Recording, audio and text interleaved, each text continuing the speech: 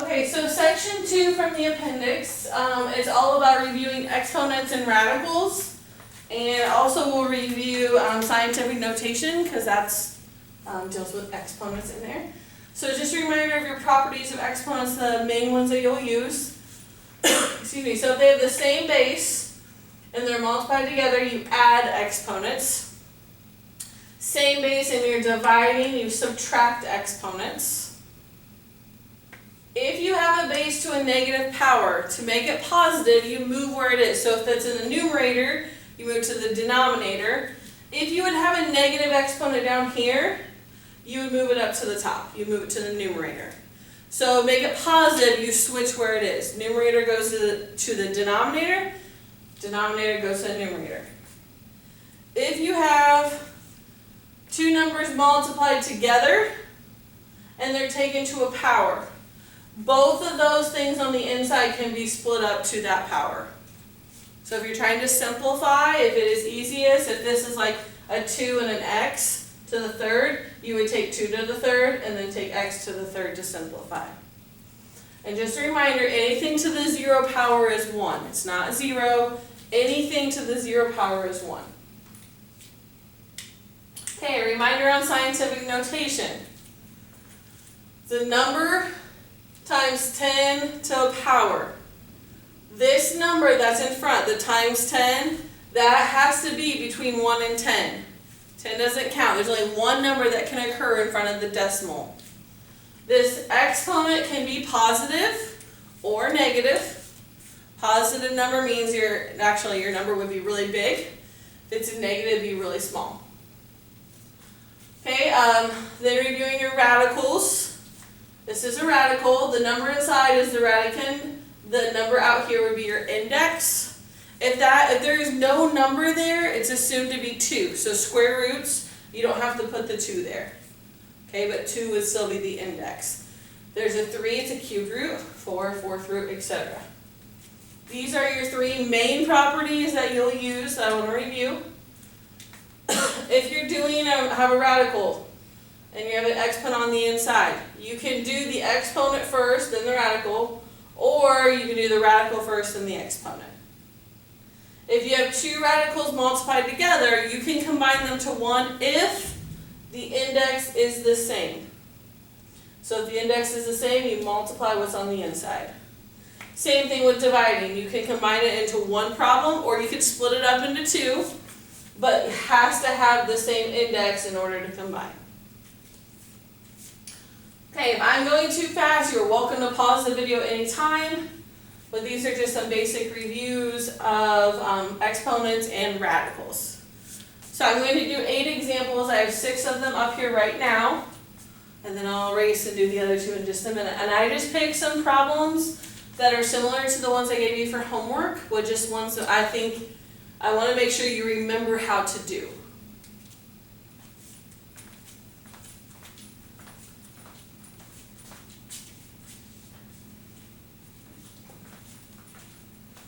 Okay, so just a reminder, when you're simplifying expressions, I have 2 things inside here, so that power will go to both. If the negative is on the inside of the parentheses, that stays with the 5. If the negative is on the outside, it just gets transferred down. So negative 5 to the third would be negative 5 times negative 5 times negative 5, which is negative 125. And then z to the third, z to the third. If you can simplify further, you simplify further. There's nothing you can do here. So that would be your answer.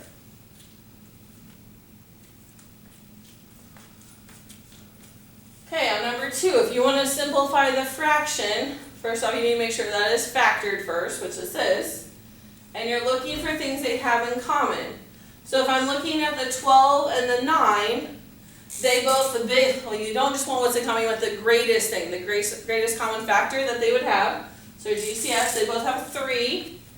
So 3 goes into 12 4 times. 3 goes into 9 3 times. Okay, and then I look at the groupings. If it is an x plus y, it has to be the same on top and bottom. So there's 3 up here, there's 1 down there. So these would go away, and that means there's 2 left up there. So this would be 4, and then x plus y to the second.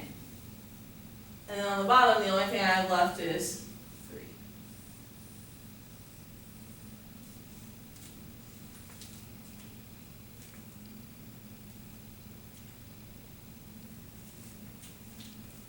Okay, and number 3. This is multiplying two things that have exponents.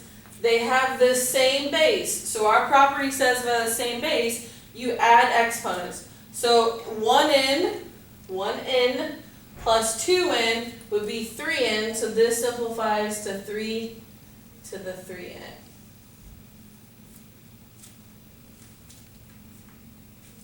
Okay, so those are 3 examples of exponential, problems with exponents and properties that I want to make sure that we do. So then if I go review some radicals. So like number 4, we have the square root of 8. Square root of 8, if it's perfect, then you reduce it as it is. If it's not perfect, it's one of 2 ways that you learned how to do it. So one of the ways is breaking up into your perfect square roots. So so a perfect square would be 4. So I know, well, this would be the square root of 4 times 2. Square root of 4 is 2. So this is 2 square root of 2. Okay. Another way you could do it, because you're still looking for perfect squares, so you're looking for pairs, is you do factor trees. So how I've done in the past is I teach the factor trees. So 4 times 2 is 8, and 2 times 2 is 4. So I break it down to my prime factorization. And then perfect squares, you're looking for 2 things that would multiply together. So 2 times 2, that would go on the outside, and then what's left over stays on the inside. It doesn't matter which way you do it, you get the same answer. So I don't care, go with the way that you know how, the way you learned how to do it or were taught. Just stick with that method, that's fine. Okay, same thing on cube roots, depending on how you were taught. Just remember, cube root means you have to have 3 things that are identical. So 3 2s or 3 3s or 3 4s, whatever it is what you have to have for a cube. If this was a 4 3, you'd have to have 4 things that are the same. So I'm going to do it using factor trees. So just do 4 times 4. Each 4 breaks into 2. Okay, so it's a cube root, so I would need 3. 2 times 2 times 2. And then I have a 2 left over. Okay, well that takes care of the number part. So if I do the variable, cube root of x to the 5th, well 3 goes into 5 once, but then I still have 2 left over. So to get my answer, I just take what's on the outside, put it together, and then what's on the inside, put it together. And that would be your simplified answer.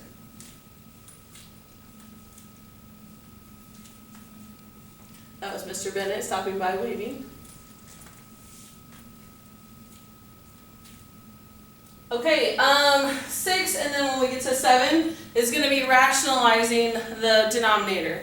So you learned in Algebra 1, maybe depending if you got there, but definitely in Algebra 2, that you do not want to have square roots in the denominator. So a lot of things that we do, we cannot have square roots down there. So in order to get rid of it, we have to rationalize it. So if there's just one part, what you do is you just multiply by that square root to get rid of it.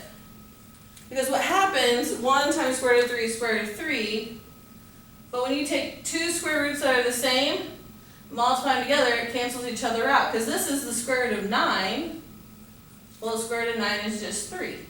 So square root of 3 times square root of 3 is just 3.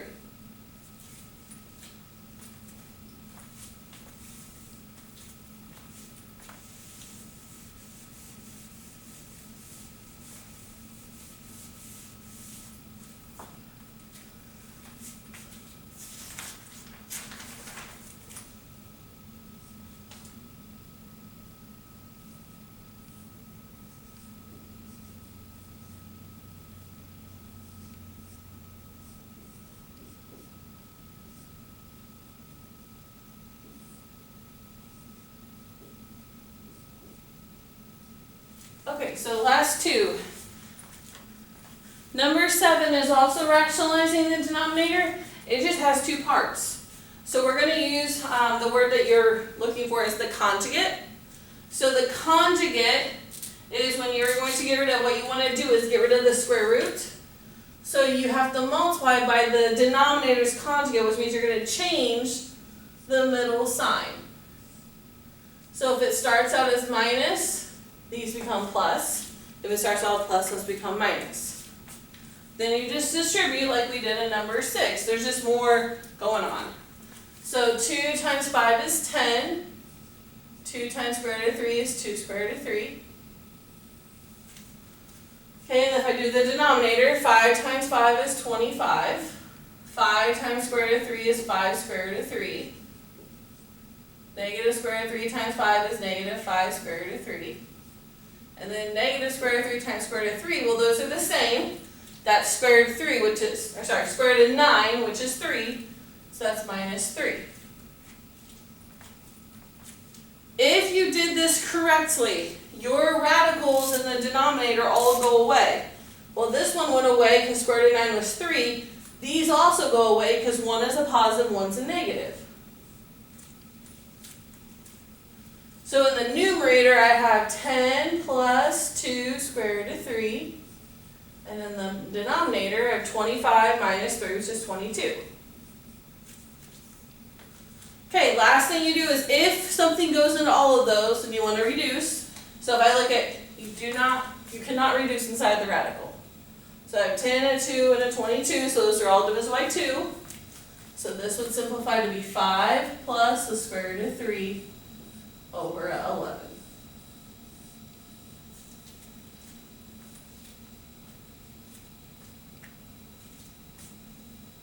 Okay, and I have one more example. I gave you some problems at the end of this section that are a little bit more challenging. So I picked one of the ones similar to do, just so that you can see one like it to use on your homework to help you out. So what I know it's not a radical, but it has radical, it also has exponents, they go hand in hand. So we'll finish out with this one. So on top, I have parentheses to a power. So I know that's to the 3 halves, and it looks kind of scary because you're like, it's a fraction, what do I do? This power still goes to both of those numbers. Don't figure out what 2 to the 3 halves is, just try to get rid of the parentheses first. So this would be 2, here I'll use the block again, 2 to the 3 over 2.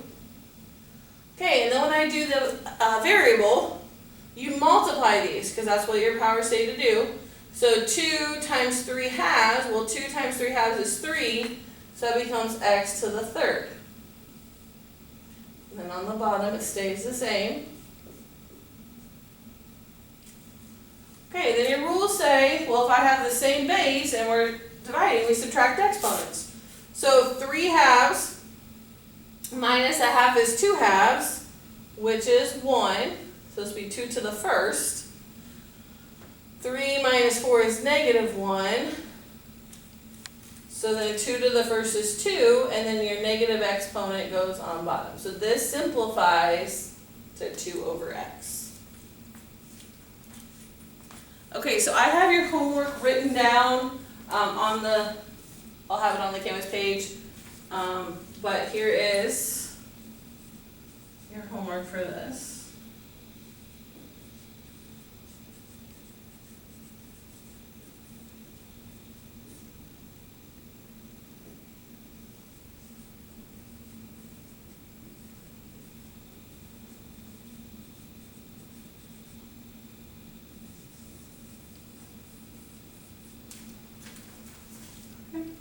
So page 820, 6 through 72 every third, 80, 82, and then 88 through 98 even.